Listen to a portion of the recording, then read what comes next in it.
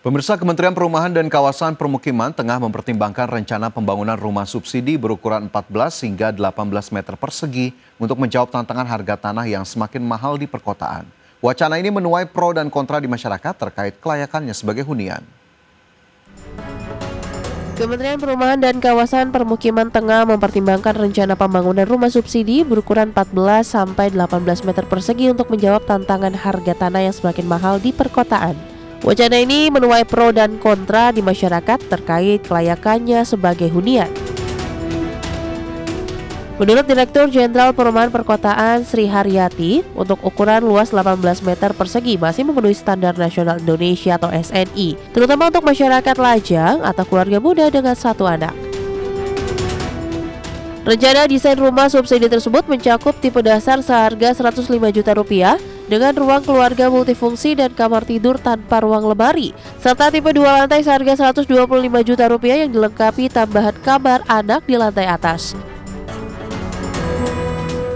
Setiap unit dirancang dengan kamar mandi berpintu geser untuk menghemat ruang. Kementerian PKP menyatakan masih membuka masukan dari berbagai pihak sebelum menetapkan kebijakan secara resmi. Berbagai sumber, IDX Channel.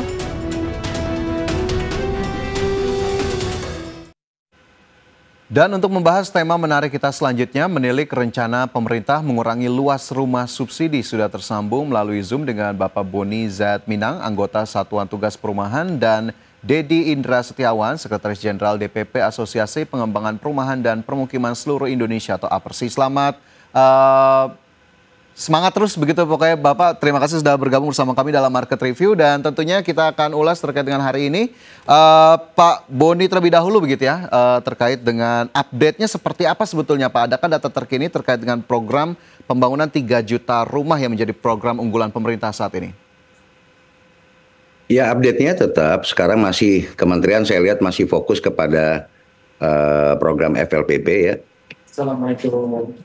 Itu dari FLPP itu adalah untuk hunian masyarakat berpenghasilan rendah. Saya lihat masih fokus ke sana, cuman kemarin ada perubahan yang kita lihat ya. Tapi itu masih dalam draft kok, masih dalam kajian itu. Oke, baik. Jadi memang masih terus dilanjutkan begitu ya, bagaimana kemudian dari program. Apakah kemudian ada bagaimana kemudian capaian pembangunannya sejauh ini Pak Boni? Adakah data yang bisa disampaikan juga? Pembangunan itu terakhir seperti kemarin dalam ada satu acara, ya. Itu Menteri menyampaikan sekitar baru 120.000 itu. Tapera yang mengumumkan itu. Oke. Baru 120.000. 120.000 begitu ya kemudian capaiannya dari yang ditargetkan sampai dengan sejauh ini dan memang masih terus dilanjutkan begitu ya, masih berprogres sampai dengan saat ini. Baik, dari pelaku usahanya sendiri begitu ya Pak Dedi, saya boleh dong meminta informasi bagaimana kemudian update terkait dengan kondisi industrinya sejauh ini seperti apa sih industri properti di semester pertama 2025? Semester pertama di 2025 kami kan sudah mulai membangun ya Mas. Kalau pengembang itu kan membangun pakai rencana ya, sekali misalnya satu klaster segala macam kita bangun. Nah, semester awal ini memang baru 120.000 seperti yang Kanda Boni bilang. Tapi kami pengembang ini tetap antusias mempersiapkan bagaimana 350.000 ini sesuai dengan kuota FLPP yang disiapkan dari Kementerian PKP ini bisa kami serap gitu Mas. Jadi kami tetap optimis lah di tahun ini. Kami bisa menyerap 350.000. Oke, kalau di semester pertama ini dengan pembangunan yang lumayan cukup banyak begitu ya, Pak Dedi, adakah hambatan-hambatan tersendiri atau tantangannya di 6 bulan pertama 2025 ini? Tantangannya memang kami seperti teman-teman di lapangan dirasakan ya, itu terkait banyak konsumen yang kena dampak dari pinjol, dari pay letter itu loh Mas. Yang masyarakat sudah membeli ternyata pada saat slip OJK mereka bermasalah seperti itu. Itu presentasinya lumayan banyak Mas, kalau yang kami rasakan di lapangan. Oke, jadi memang cukup banyak tantangannya dihadapi malah dari sisi konsumennya begitu ya. Akhirnya ketika dicek layakannya akhirnya terbentur begitu ya. Baik, jadi memang masih cukup optimistis bagaimana kemudian mengarungi di semester kedua tahun 2025. Lantas saya kembali ke Pak Boni gitu. Pak Boni tadi sudah kita simak begitu ya informasi terkait dengan pro kontra di kalangan masyarakat terkait dengan luas bangunan rumah subsidi yang kelihatannya ini semakin diperkecil. Tapi apakah kemudian ini masih dalam tahap kajian yang terus berlanjut atau memang sudah ada keputusan terkait hal tersebut, Pak Boni? Kalau kami dari Satgas sudah menyatakan kami tidak setuju kalau ukuran itu diperkecil. Itu sebenarnya bukan permasalahan pasar. Jadi kalau umpamanya memperkecil itu karena alasan MBR ingin tinggal di kota, dari sejarah properti saya belum pernah mendengar adalah tingkat hunian masyarakat berpenghasilan rendah itu teralokasi di kota. Tidak akan pernah terjadi itu. Jadi jangan kita paksakan untuk memperkecil dia tinggal di kota. Sementara pemerintah telah menginisiasikan kok. Satgas bekerja 8 bulan untuk memikirkan itu dan kami mengusulkan kepada Presiden untuk bagaimana MBR, masyarakat penghasilan rendah, untuk dapat menjangkau tinggal di kota itu adalah dengan pemerintah menyiapkan lahan gratis dan tipe hunian itu vertikal. Tidak ada landed itu. Jadi kalau memang dipaksakan akan menjadi permasalahan, akan ada timbul persepsi lain. Karena kalau ukuran itu dikategorikan sebagai rumah subsidi, sehingga relaksasi penikmat MBR itu bukan kepada MBR, kepada orang yang ingin seperti rumah kecil, mungkin dia untuk kos, ya kan. Jadi target pasarnya itu kan salah. Diuntungkan bagi sebagian developer untuk bisa menjual mudah dengan iming-iming ini bunga murah kan gitu. Nah kami dengan susah payah untuk meningkatkan biaya pembiayaan FLPP itu tidak mudah meningkatkan 100.000. Malah ingin kami tambah itu untuk mengurangi backlog bagi masyarakat yang telah berkeluarga. Jadi kalau mamanya sekarang dibilang, oh ini pasangan muda, dia yang akan membeli segmen pasarnya ini ya, ukuran 25-18. Pasangan muda ini punya keluarga nanti. Kalau dia punya keluarga, dia tidak akan bisa fit dengan ukuran rumah seperti itu. Sehingga permasalahan baru. Jadi saya rasa pemerintah tidak alfa lah. Pemerintah membaca keadaan pasar. Dengan itu pemerintah menyiapkan lahan dengan gratis. Membuat adalah tingkat hunian vertikal. Disitulah bagi para MBR yang ingin tinggal di kota. Dan harga dapat terjangkau. Itu menurut hemat kami. Oke, padahal di saat yang sama sebetulnya bagi MBR ini sudah dipersiapkan juga begitu, tidak bisa mutlak di tengah-tengah perkotaan, tapi memang lokasi-lokasi yang sebetulnya masih bisa cukup kita jangkau begitu ya, dan ini masih cukup sesuai dari sisi kelayakan hunian. Baik, nanti masih ada sejumlah pertanyaan yang ingin saya gali Pak Boni dan juga Pak Dedi, tapi kita harus jeda terlebih dahulu. Pemirsa tetaplah bersama kami, Market Review segera kembali.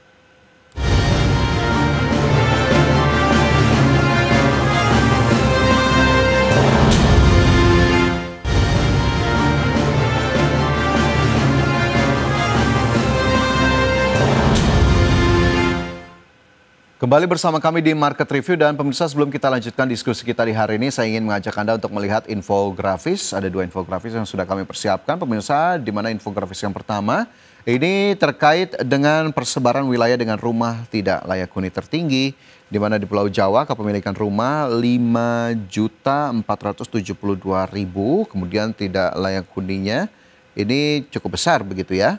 Sementara di Sumatera dan Papua juga ini bisa cukup terlihat bagaimana kemudian kepemilikan rumah dan juga dari data tingkat rumah tidak layak huni. Sementara itu sederet fakta 3 juta rumah. Pemirsa, yang pertama target 15 juta rumah dalam 5 tahun atau 3 juta rumah per tahun. Kemudian 2 juta rumah akan dibangun di desa. 1 juta rumah akan dibangun di kota. Pendanaan dilakukan dengan APBN, pemerintah mensubsidi Rp600.000 atau 3 juta rumah per tahun. Pemerintah menyiapkan anggaran senilai Rp5,27 triliun dan tenor subsidi pemerintah adalah 25 tahun. Dan kembali kita lanjutkan diskusi kita bersama dengan Bapak Boni Zatminang, anggota Satuan Tugas Perumahan, dan Bapak Dedi Indra Setiawan, Sekretaris Jenderal DPP Asosiasi Pengembangan Perumahan dan Permukiman Seluruh Indonesia atau APERSI. Tadi dari Pak Boni sudah kita dengar begitu. Bagaimana kemudian dari Pak Dedi dari sisi APERSI terkait dengan pro kontra yang kemarin cukup ramai, cukup viral juga terkait dengan ukuran rumah bersubsidi yang memang diperkecil bahkan ke 14 hingga 18 meter persegi, Pak Dedi. Ya, sebenarnya kalau melihat kondisi sekarang, itu benar kata Pak Boni bahwa untuk perkotaan memang harusnya ke atas, bukan landed, bukan rumah tapak, tapi rumah ke atas seperti itu. Jadi dengan lahan di perkotaan kan terbatas ya Mas ya hari ini ya.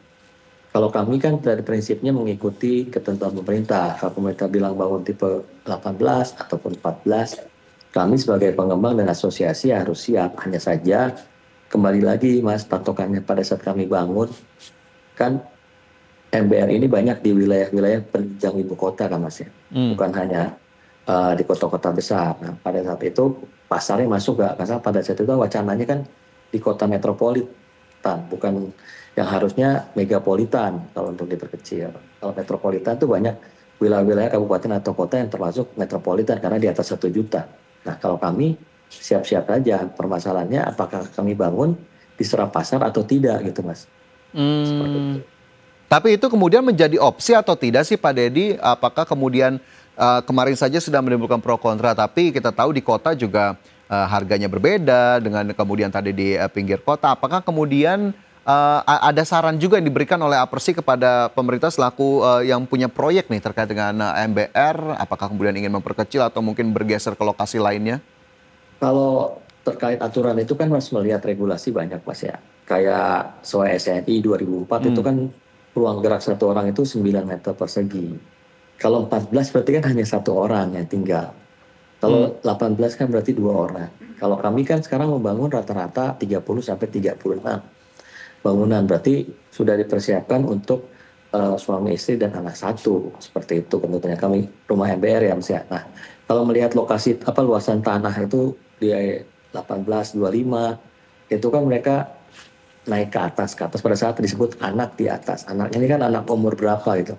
Dengan lihat desain seperti itu, apakah aman atau layakkah seperti itu. Nah kalau kami di APERSI, kami ikut aturan. Tapi kalau bisa kami tidak, luasan tanahnya jangan 25, harus lebih dari itu Mas. Karena memungkinkan mereka untuk memperluas bangunan tersebut.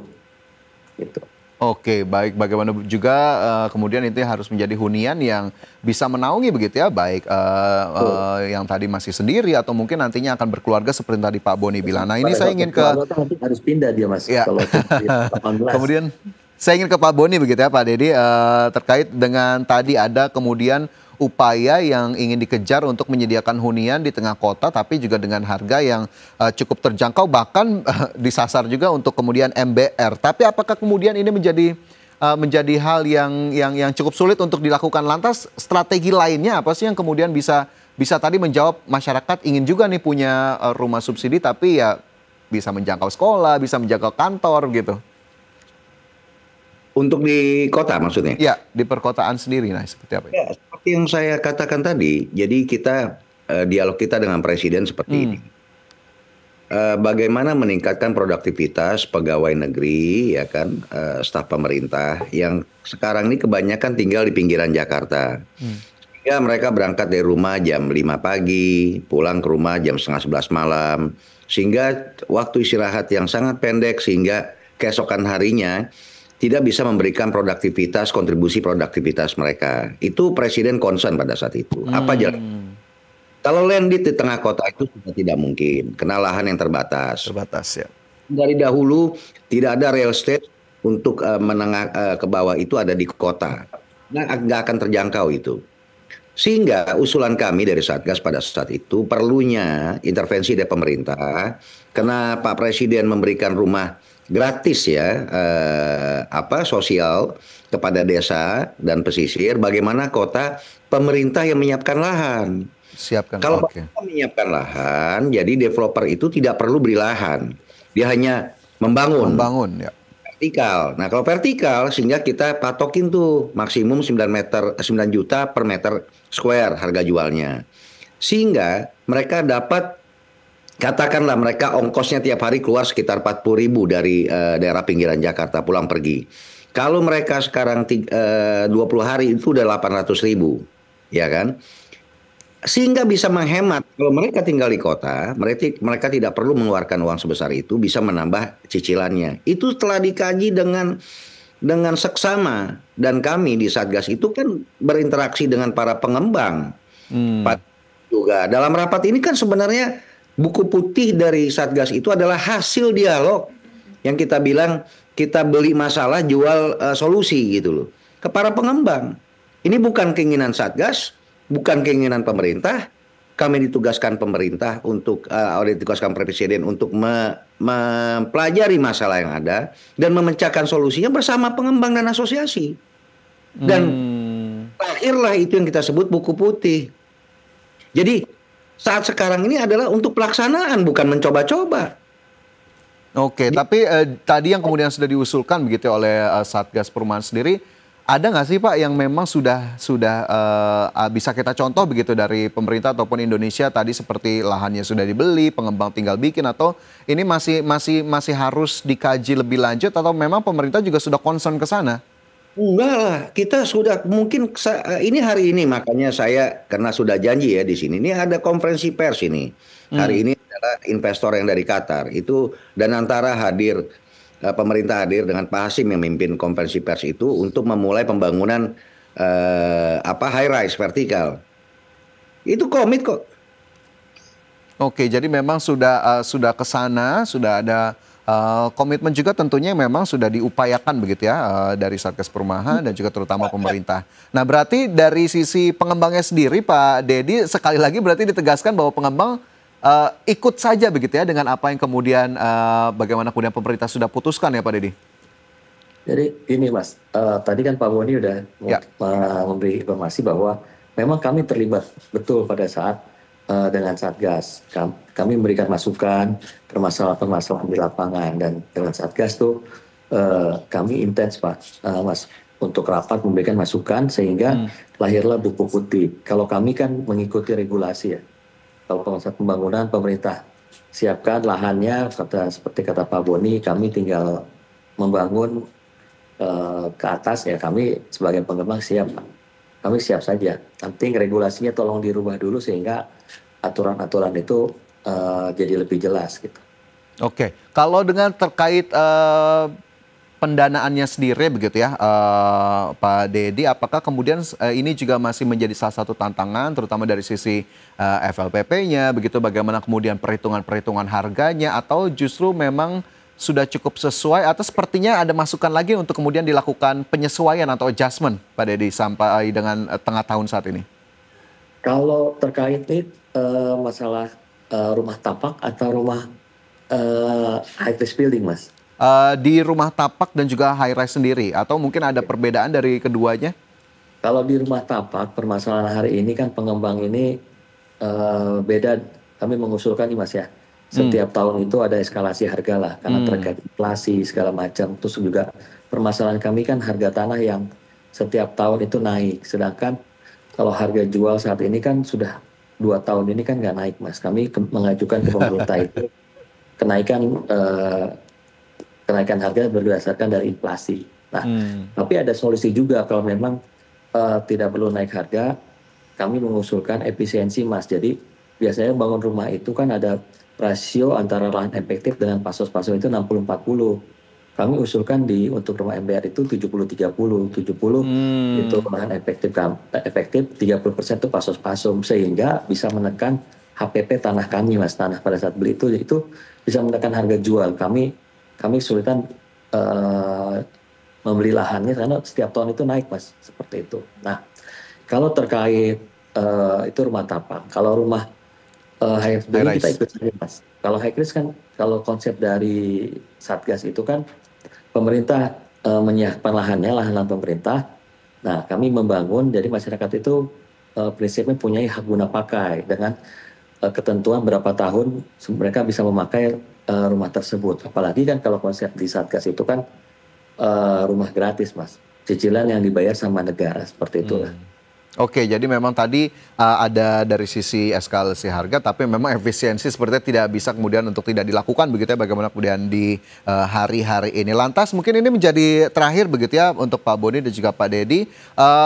Tadi perkotaan sebenarnya sudah kita singgung, tapi juga ada target untuk kemudian 3 juta rumah juga menjangkau pedesaan. Adakah kemudian pencapaiannya ataupun update-nya sejauh ini, bagaimana kemudian daerah-daerah yang menjadi tujuan utama dari program 3 juta rumah ini? Jadi gini Mas, terus terang kami sedikit prihatin dan kecewa. Karena untuk rumah perdesaan ini belum disentuh oleh kementerian. Jadi perlu saya jelaskan dan tekankan, lahirnya kementerian ini adalah gagasan dari Satgas dengan tema Presiden ingin mengentaskan kemiskinan. Nah, menciptakan yang kita ciptakan subsidi produktif itu pengertiannya bagaimana? Bagi mereka yang tidak memiliki kendaraan, yang kita tahu setelah puluhan tahun pemilik kendaraan itu mendapatkan subsidi Rp3.000 itu per liter. Yang kita hitung sebulan mereka penikmat Rp720.000. Inilah yang kita usulkan kepada Presiden, Pak, program pengentasan kemiskinan, kenapa bagi mereka yang miskin itu Rp720.000 itu pemerintah tidak memberikan uang tapi membayar cicilan rumahnya selama 20 tahun. Nah, ketemu nih roadmap-nya, sehingga baik berapa angka kemiskinan 25 juta, tersentralisasi di mana? Tersentralisasi di desa. Sehingga ini program pengentasan kemiskinan dengan instrumen perumahan. Jadi kita ada 3 program dari 3 juta. 3 juta itu bukan standing kepada FLPP, dia standing alone itu. Satu adalah pembangunan rumah sosial dengan gratis ya di desa, di pesisir. Untuk kota, lahannya yang gratis, cicilannya nggak kita kasih gratis. Lahannya gratis, dibangun vertikal. Itu program pertama. Program kedua, kementerian ditugaskan untuk bagaimana mencari solusi untuk mengurangi angka backlog. Tugas pemerintah meningkatkan likuiditas untuk dapat pengembang membangun dan mengurangi backlog. Sekarang sudah mencapai 300. Dan hemat saya, pembangunan itu harus 500.000 di FLPP, di MBR. Kenapa? Jangan kita menyelesaikan backlog, tetapi ada peningkatan pertumbuhan kebutuhan rumah yang lebih lagi nanti dari apa yang dibangun. Nah, ini yang kita fokus. Itu yang nomor 2. Ketiga adalah program renovasi dan perbaikan kawasan. Sehingga kalau sekarang di MBR atau FLPP dibangun rumah 300, itu bukan mengartikan program 3 juta itu jadi 2,7 sisanya. Tidak. 3 juta itu adalah 1 juta pembangunan di desa, 1 juta di pesisir, dan 1 juta tingkat hunian vertikal dengan pemerintah memberikan lahan gratis. Sehingga program pertama yang kita dengungkan 3 juta ini belum disentuh sebenarnya. Oke, jadi memang ini menjadi salah satu harapan ataupun juga kritikan, dan juga tadi terkait dengan apa yang kemudian sudah ditemui oleh Satgas Perumahan, kemudian juga dari DPP Apersi, dan tentunya kita harapkan ini juga bisa terus dilakukan upaya-upaya percepatan, dan tentunya kita dukung meskipun kritikan usulan tetap harus diberikan begitu ya kepada pemerintah selaku yang punya program begitu ya terkait dengan pembangunan 3 juta rumah, dan juga bagaimana kemudian pro kontra yang berada di tengah masyarakat. Pak Boni, Pak Dedi, sayang sekali waktu kita terbatas di hari ini. Masih banyak sebetulnya bisa kita gali lebih lanjut, tapi sayang sekali waktu kita dibatasi hanya 2 segmen begitu. Mungkin kita bisa lanjutkan di sesi lainnya. Terima kasih banyak Pak Boni dan juga Pak Dedi sudah bergabung bersama kami di Market Review. Sehat selalu dan sukses selalu untuk Anda. Baik, terima kasih. Dan pemirsa, 1 jam sudah saya menemani Anda dalam Market Review. Tentunya perbaharui terus informasi Anda hanya di IDX Channel. Dan karena urusan masa depan harus terdepan, aku investor saham. Saya Fajar Royong pamit undur diri. Sampai jumpa.